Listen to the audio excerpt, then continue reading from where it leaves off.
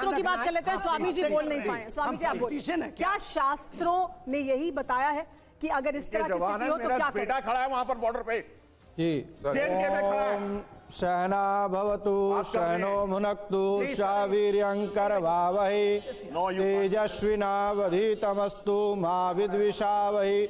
ओम शांति शांति शांति। सबसे पहले तो जो मृतक परिवार उनके साथ संवेदनाएं और उनके जी हाँ दोस्तों, कैसे हैं? उम्मीद है जो आप अच्छे से होंगे, खैरियत से होंगे। जी हाँ दोस्तों, आपके लिए एक नेक्स्ट डिबेट वाली वीडियो लेकर आया हूं।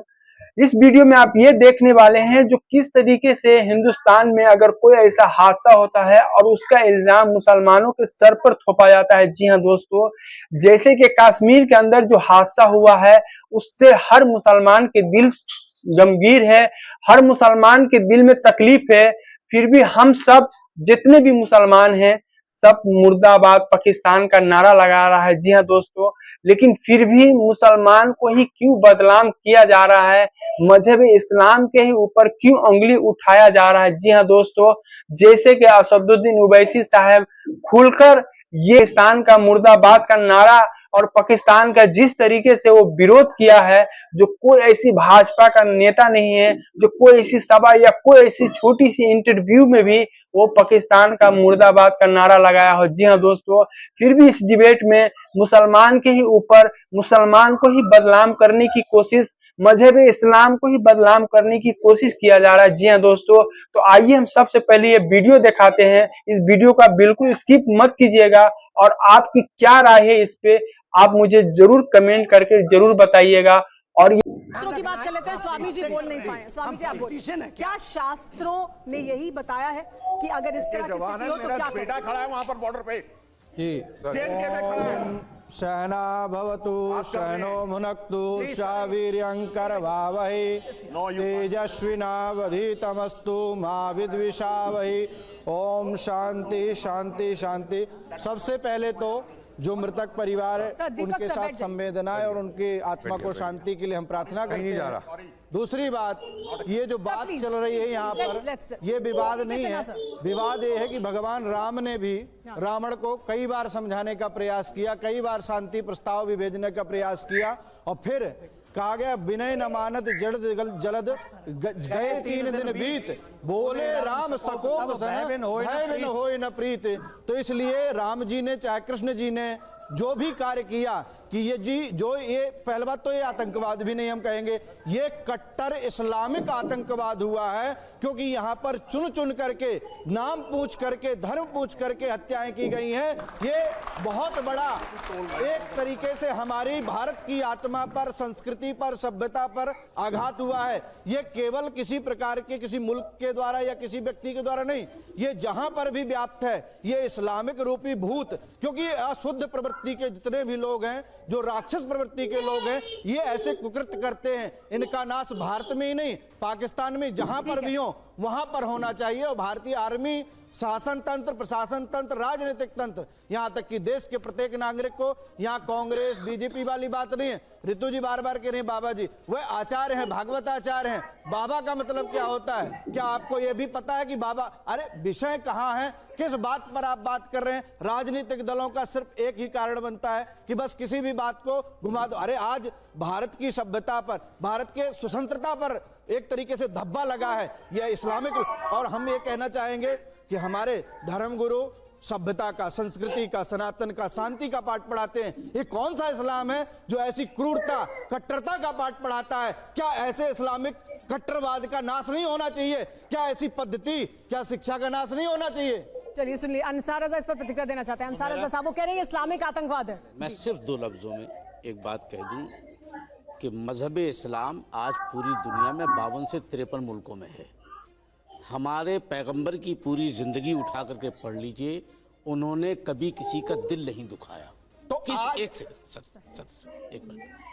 आज अगर कोई आदमी बनामे मुसलमान किसी के साथ गलत कर रहा है तो उसको इस्लाम से मत जोड़िए।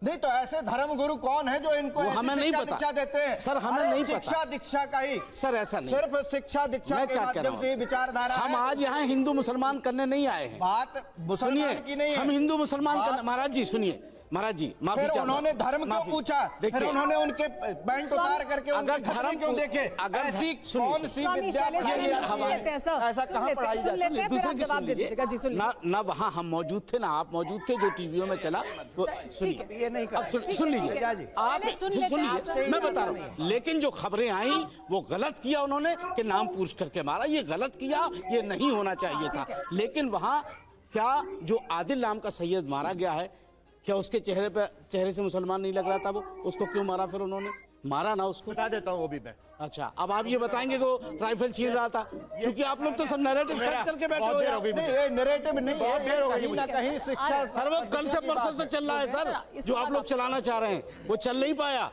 हमें तो दुख इस बात का है कि हमारा प्राइम मिनिस्टर सऊदी अरब से इसलिए भाग करके आया कि हमारे मुल्क पे हमला हो गया। वो भाग करके आए और यहाँ ना रह करके प्रचार करने चलेगा चुनाव का।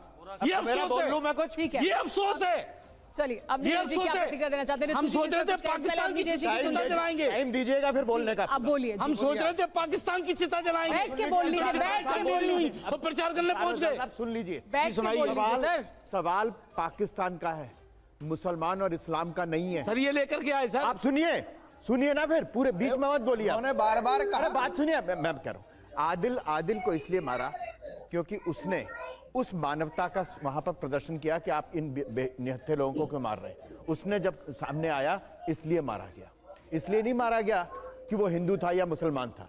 बात यह है, मैं सिर्फ इतनी सी बात कर रहा हूं, इस हमारे ऊपर युद्ध थोपा जा रहा है। मैं सेना के भी जो लोग यहाँ पे थे, हम अपनी मर्जी से युद्ध में नहीं जा रहे हैं, ये युद्ध थोपा गया हम पर, और भारत पर हमेशा युद्ध थोपा गया। अगर थोपा गया है तो उसी भावना से लड़ेंगे, उस भावना से नहीं लड़ेंगे कि अभी हम करें या ना करें। इफ एंड बट नहीं होता। फिर उसके बाद जब थोप दिया जाता है युद्ध तो तब कोई इफ एंड बट नहीं होता। तीसरी बात, इसलिए मैं अंसार रज़ा साहब कह रहा हूं क्योंकि पाकिस्तान के जनरल ने जो 4 दिन पहले तकरीर की हिंदू और मुसलमानों के बारे में, इस पूरे आतंकवादी हमले का एक भूमिका है, उन्होंने कहा। तो आपको मानना पड़ेगा कि तमाम ऐसे लोग भी हैं। अरे सुन लीजिए, मेरे हाथ जोड़ के प्रार्थना है। सर बहुत देर बाद बोल रहे ऐसे हैं लोग भी हैं जो धर्म के नाम पर अंधे हो जाते हैं। ये एक जिन्होंने धर्म का नाम लेके क्या, उनको क्रिटिसाइज करिए आप उनको। ठीक है। भाई क्षमा करना, मुझे आप लोग सब पढ़े लिखे लोग हैं, पर कई बार ऐसा लगता है कि हमें ये पढ़े लिखे लोगों की भाषा समझ में नहीं आती क्योंकि हम अनपढ़ आदमी हैं।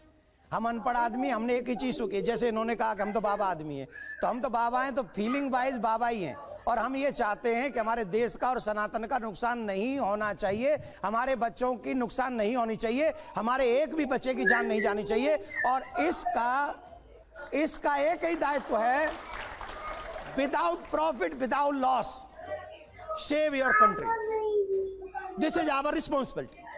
हम चाहे पढ़े लिखे चाहे अनपढ़ हैं, लेकिन इस देश के नागरिक हैं, और ये हमारी जिम्मेदारी बनती है कि सबसे पहले हम अपने देश को और अपने देश के नागरिक को सुरक्षित रखें। और हम लोग जितना लॉस और प्रॉफिट की बातें करेंगे, मुझे लगता है वो अब से नहीं मार रहे हैं सुमेरा जी, वो अब से नहीं मार रहे हैं, वो 47 से हमें लगातार मार रहे हैं, और भेष बदल के वो सदन में घुस गए थे।